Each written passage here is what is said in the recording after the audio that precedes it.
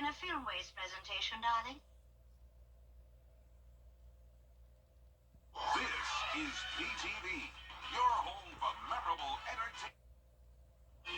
A nice and dry start to this second week of September, but things are going to change as we track Francine. That will be bringing us some rain starting on Thursday. I'll have all those details coming up.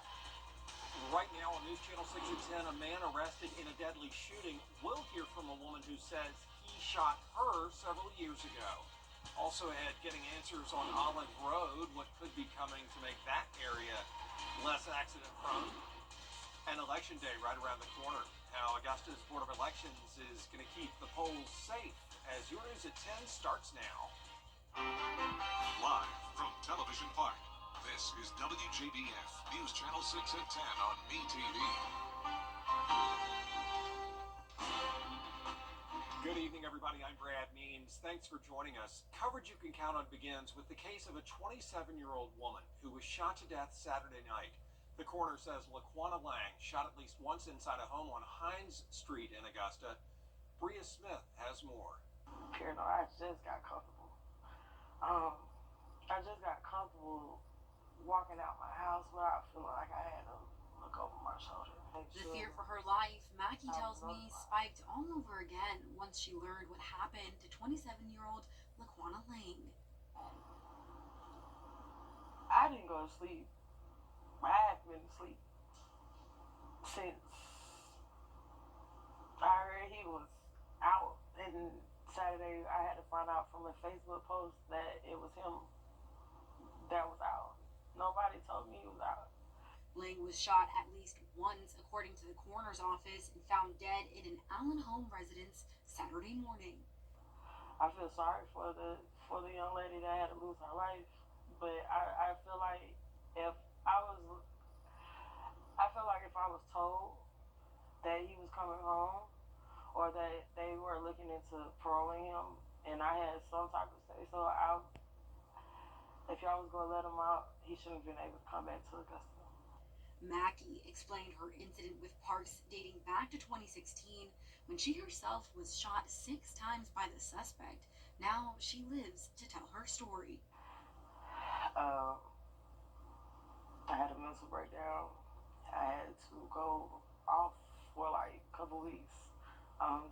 The FCG had sent me to, I was still 13 pretty much. And they sent me to like Villa Rica, Georgia, to a mental facility. Right. The healing process was a lot. The paranoia was a lot. I was paranoid. I just got comfortable. I just got comfortable walking out my house without feeling like I had to look over my shoulder. While Parks is in custody, there is no word yet on when he will face a judge. Parks is in jail. No word yet on when he is going to face a judge. The DA's office says if you're a victim, it's important to stay in contact with law enforcement and keep your updated information with the Victims Assistance Program so they can help. 3 people are in jail in Columbia County after a 6-year-old was shot in the arm. This happened Saturday on Washington Road in Appling. Investigators say Calvin Robinson and Jasmine Curry were leaving a party after an argument when Robinson fired a gun from their car. Well, deputies say Ronell Lazenby shot back. Curry's son was hit in the car. All 3 adults face several charges. It is time now for our first check of our weather. Let's check in with our chief meteorologist, Jenna Petracci. Well, it was a nice dry day, plenty of sunshine in the afternoon with temperatures topping off in the low to upper 80s, still below average. Here's a look now at our Terry Lambert Hyundai Skyview cam at Washington Road. Pleasant conditions this evening. No rainfall today anywhere in the CSRA. We had a bit of a cooler morning, starting out at 61 degrees. Average low is 67, and we will be around 10 degrees cooler than that tomorrow morning. Right now, we're all the way down to 68 in Augusta, 73 still in Thompson, 74 in Evans. Aiken, you're at 67, 70 exactly in Millen and Swainsboro. Wrightsville at 74 and 71 in Waynesboro. Dew points are in the upper 60s through upper 50s through upper 60s. So some drier air in some of our South Carolina counties here. And the winds were a little breezy today at times, but now they're all under 3 miles per hour. So with the calm winds and the clear skies this evening, we will see those temperatures drop down all the way into the upper 50s. So when you're off to school tomorrow morning, 59 by 5 a.m. and then only 57 at 7 a.m. So winds still coming in from the northeast, but only up to around 3 miles per hour. Mostly clear skies here on satellite and radar, nice and dry, high pressure overhead. We do still have this system down to the south of us with a lot of tropical moisture, and then we even have tropical storm Francine now as of around noon today. Francine will continue to strengthen, and that will bring us minimal impacts here in the CSRA, but we will be tracking some rain along with the cloud cover and maybe even a few storms from Francine. I'll have the latest on that coming up, but back to you, Brad. Jenna, thanks. A big weekend coming up for all you Carolina fans. ESPN's College Game Day is heading to Columbia for the first time in a decade. That's right, the network is going to broadcast from Williams-Brice Stadium as the Gamecocks take on LSU for their first SEC matchup of the season. It is sure to be a good time for Gamecocks fans. The game's set to get underway Saturday at noon. Augusta leaders want to know what's up with Olive Road. It's been closed at the often hit train overpass since February. That's 7 months. No still ahead. Big donations heading to Aiken County schools. How SRP is helping high schools with their funding. After the forecast. Chilly temperatures for our Tuesday morning. No chance of rain over the next couple of days, but then those rain chances go up as Francine comes into the United States. I'll have all those details coming up.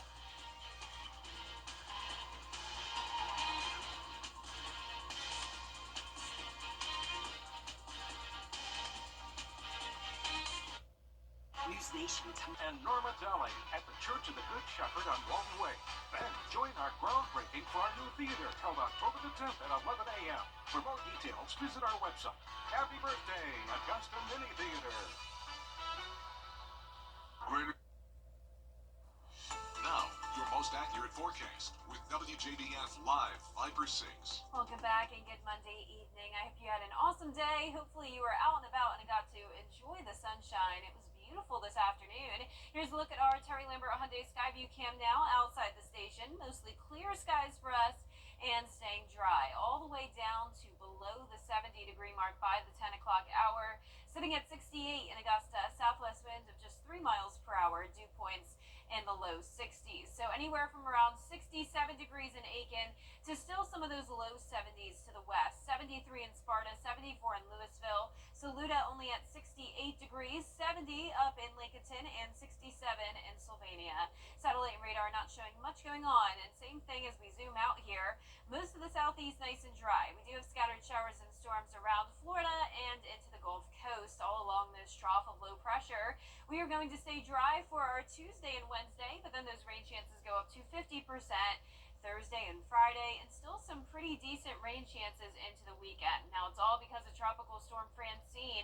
As of 8 o'clock this evening, winds at 65 miles per hour. It's just offshore of Mexico in southern Texas and will be making landfall in the United States within the next couple of days. Here's the latest track for Francine. Expected to stay into the Atlantic a little bit longer than what was originally expected, and because of that, it's now expected to become a Category 2 hurricane before making landfall. It does look like that landfall will most likely be in Louisiana, could be far eastern Texas, winds up to 100 miles per hour at that time, and then it will move inland and then, of course, weaken and just be a remnant low by the time it moves into the Midwest. We're also going to have this frontal boundary that forms with Francine, and that will linger in the area, keeping our rain chances around into the end of the week. And you'll see it here on our tropical model. Tomorrow at 6 a.m., some of those outer rain bands impacting the Gulf Coast, the center of the storm headed towards Louisiana, and you can see this particular model bringing that center close to New Orleans.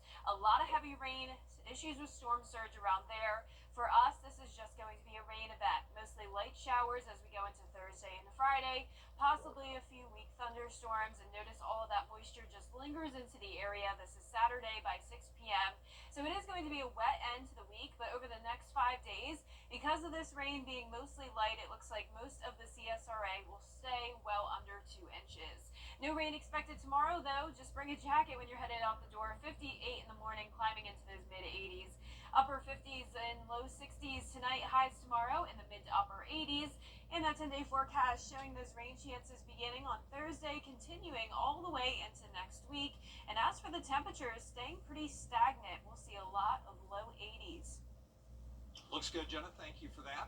How about Aiken County, where the school district is marking a major milestone? SRP Federal Credit Union has now donated $1 million to the school system through their High School Affinity Debit Card program. That started in 2018 to help high schools all over the county with their funding. Each school has its own card. Every time somebody uses the card, the school gets a donation to use however they wish. Typically, when school districts receive funds, they're earmarked. They have a bunch of rules that we have to use to spend them, and sometimes they're buried between getting the funds to where they can actually help the kids the most. So when we get funds like this from outside organizations, it's just tremendous, and it has an immediate impact. Yeah, school leaders say that impact means money for new desks, computers, and other resources to make the learning experience for students the best it can be. Still ahead, the first debate between former President Grovetown softball making program history with their most recent win, and the Braves facing the Reds in a makeup game.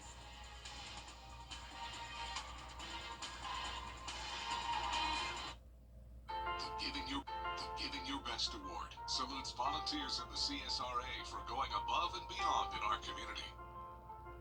The Giving Your Best part is congratulate our latest winner, Calvin Henderson, from organizing the Edgefield County Christmas Parade to starting a special needs prom. The shop teacher has a knack for mentoring and for finding and fixing gaps in services. Giving Your Best is brought to you by Science Co., the Aunt Augusta, Security Federal Bank, and News Channel 6. Now, WJBF sports coverage you can count on. Last year, the Grovetown softball team made program history when they made it to the Elite Eight in the state championship tournament, and this year they've made history again with the number of games they've won in a row. Grovetown softball was on a 15-game win streak last year when they fell to South Effingham right before playoffs. That number set a program record, but this year they've made history again as they beat that record in a doubleheader against Lakeside. After recording 2 shutout games, the Warriors advanced to 16-1 on the season after falling in their season opener. Now they look to make it 18-1 on Monday as they continued region play with a doubleheader against Rockdale County. In Game 1, the Warriors got the shutout win 15-0, and then they followed that up with another win in Game 2, 18-1. Next up, they'll host Heritage High School on Tuesday. That game will start at 5 p.m. Over in the MLB, the Braves face the Cincinnati Reds for a makeup game. This is the third time they've tried to play this game after rain canceled it back in July. The Braves lost the other 2 games of the series, so this was an opportunity for them to avoid a sweep. Top of the second, no score, 1 on for the Reds. Charlie Morton leaves this pitch left, and France will find it, sending it into right field for an RBI double. Cincinnati leads 1-0, and that would be the only score of the game, so that'll give the Reds the sweep. Next up for the Braves, they'll face the Nationals on Tuesday. First pitch is at 6:45 p.m. The 2024 NASCAR playoffs kicked off this weekend with the Quaker State 400 at the Atlanta Motor Speedway. Kyle Larson entered the playoffs as the points leader, but fell to 10th in the standings after this very dangerous crash you see right here. Joey Logano also earned a shocking win after finishing 19th or worse in 7 of the last 11 races of the regular season. He was able to get the win at Atlanta. Next up, we'll go bowling at the Glen on September 15th with the NASCAR Cup Series at Watkins Glen. That starts at 3 p.m. on Sunday. We'll have more on this race throughout the week. The Atlanta Falcons did not have the season opener they were hoping for as they fell to Pittsburgh 18-10. Head coach Raheem Morris spoke to the media post-game about all of the areas of the game where they particularly struggled and what he hopes to see from his team moving forward. We got to go out and we got to have the ability to execute against anybody. We got to be able to execute the plays that we want to execute. When you play a team like this, the Pittsburgh Steelers, with the defense they have, you know it's going to be a dirty game. But we had our opportunities. We got the ball back with a chance to go score. We made a couple big stops in the red zone. Had a couple opportunities to go down there and make this thing and take the lead. We came out into the half with 10-9 lead, and we got to maintain that thing, find a way to get down the field, have some drives, put it together like we did the first time out. When we took the possession of the game, be able to do some of those things we was not able to do in the second half. The Falcons will head to Philadelphia in Week 2 for Monday Night Football against the Eagles. Kickoff is at 8:15 p.m. That does it for sports. We'll be right back. CSRA. Call now. And last but not least, the world is mourning and remembering the life of the iconic James Earl Jones. He is known for his commanding performances and voice. voice across Broadway, film, and television. Tim Pulliam takes a look back at Jones's legendary career. This field, this game, it's a part of our past, Ray. For nearly 70 years, his acting skill and booming voice This is CNN. Bring it home, Mufasa captivated generations of fans across TV, film, and Broadway. Legendary actor James Earl Jones got his start on Broadway in the 1950s, receiving his first Emmy nomination in 1963 for his performance on the television show East Side, West Side. I ain't really laughed for years. But it was his breakout role in The Great White Hope that solidified his career on stage and the big screen. In the late 70s and early 80s, Jones provided the voice of Darth Vader in the original Star Wars trilogy. No, I am the Father. Making him a household name. The fact that George Lucas chose your voice. That's an accident. You don't mind the accident now, looking back, right? Oh no, I'm very proud to be a part of that. As a young boy, Jones developed a severe stutter, becoming self-conscious to the point of going silent until he found his voice through poetry. There was a teacher who looked at one of your poems and said, "This is so good, I want you to prove that you wrote this." Yeah. Do you remember standing up and reading that? Oh yeah, and getting through it without stuttering. Don't turn your back on me, Scar. Jones had nearly 200 acting credits, was one of the rare performers with an Emmy, Grammy, Oscar, and Tony. In 2002, he became a Kennedy Center Lifetime Achievement honoree, and then 7 years later, returning to his theater roots, quoting Shakespeare at the White House. World of tears. Jones cementing his legacy and breaking barriers for other artists of color. Tim Pulliam, ABC News, Los Angeles.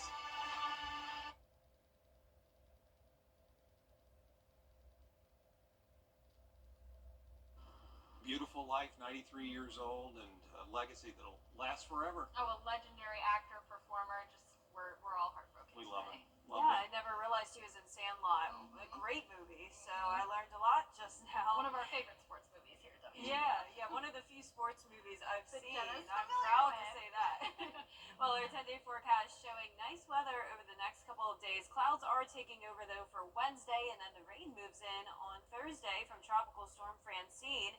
Rain and storm chances continue into the weekend. Temperatures a bit on the warmer side for our Tuesday, 87, but back down to 80 for Thursday, and low 80s continue all the way into next week. All right, thanks a lot, Jen, and thank you for watching. We're back right after Monday Night Football on News Channel 6 at 11. But in the meantime, Hogan's Heroes is next, right here on News TV.